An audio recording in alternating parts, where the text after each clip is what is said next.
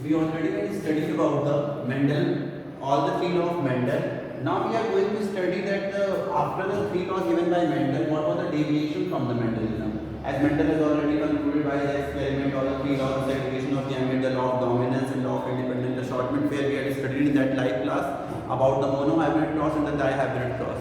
Now we are coming to the deviation from Mendelism. Deviation of Mendel means the law, the Mendel law, or the Mendel law, what thing is being going to occur, that will deviate. The few phenomena will deviate. That we are going to study here. The first one is incomplete dominance. Incomplete dominance, the term itself tell that in the F1 generation, as the Mendel already had told, that we will get all the plant as tall.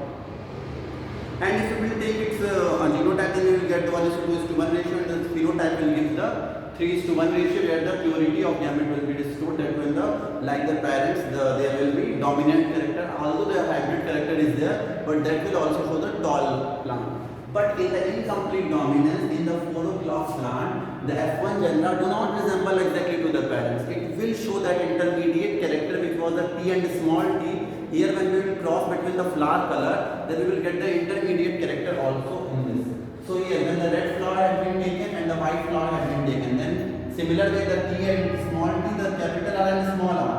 When the self cross between the F1 generation is being made, then we will get a single red color.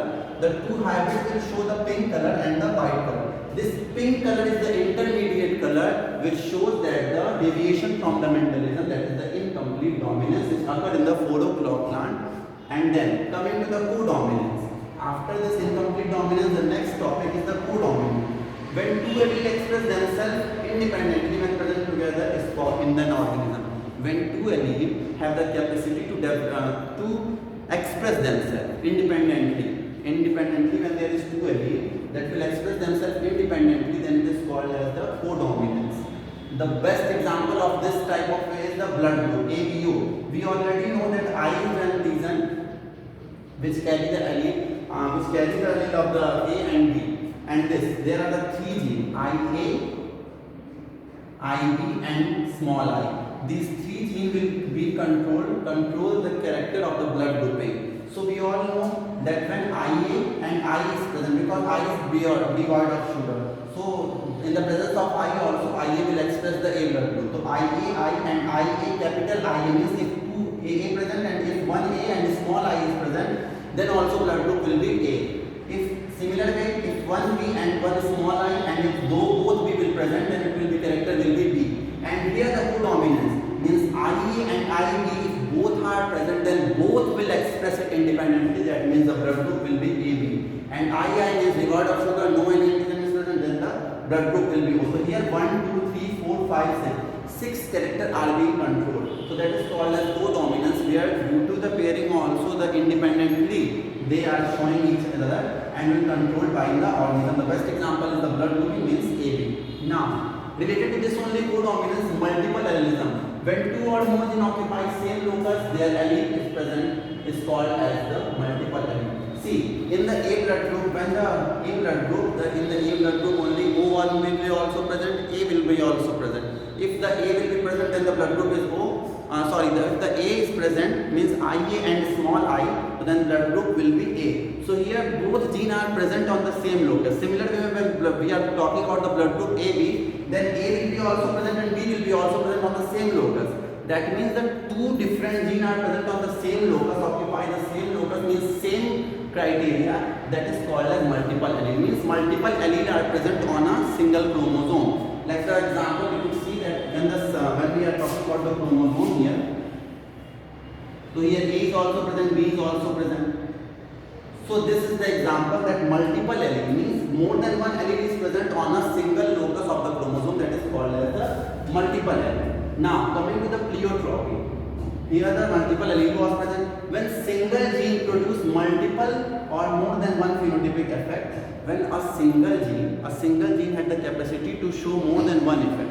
Single gene, there was more gene was controlling a single character. Here single gene had the capacity to show more than one character, then it is called as the pleiotropy. The best example of pleiotropy is phenylketonuria. What is phenylketonuria? We must know. Phenylketonuria is a disorder by mutation in the gene coding the enzyme phenylalanine hydroxylase. What happens? There is a mutation occur in the phenylketonuria, the phenylketonuria, the phenylalanine hydroxylase will be mutated and show the pigmentation in the skin and eyebrow and all the thing. Pigmentation in white color like spot will be shown in the body. That is called as pleiotropy. That is a single gene, means a single gene control the different characters. The best example is phenylketonuria. Then coming to the polygenetic inheritance. Polygenetic inheritance, Galton has given 1843. Here he was saying that a single trait is being controlled by 3 hormone genes. When a single trait is being controlled by 3 hormone genes, the best example is of the skin color.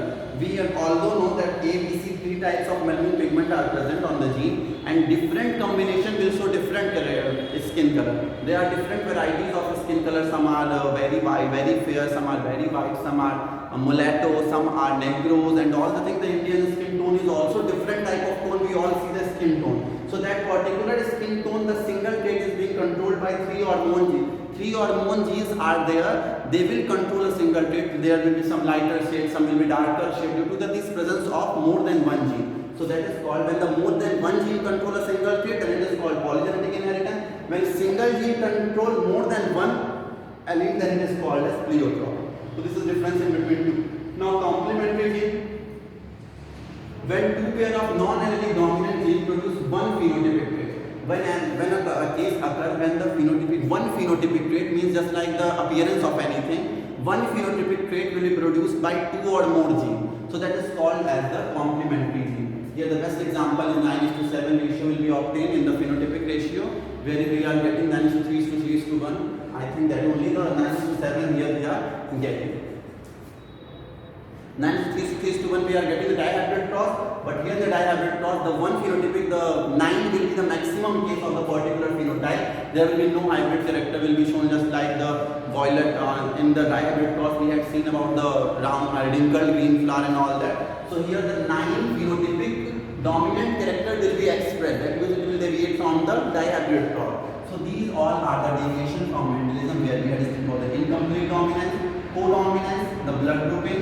Similar blood grouping was the same locus, multiple allelism, pleiotropy, single gene containing more than one character, phenylketonuria best example, mutation, and the polygenetic inheritance, where a single trait is being controlled by more than one gene, where it is the best example is the skin color. Now coming to the complementary gene, when 2 or more allelic dominant gene produce the one phenotypic trait, that is the best example in 9:7, where the deviation from second law is being occurring. Now in the last thing we will study about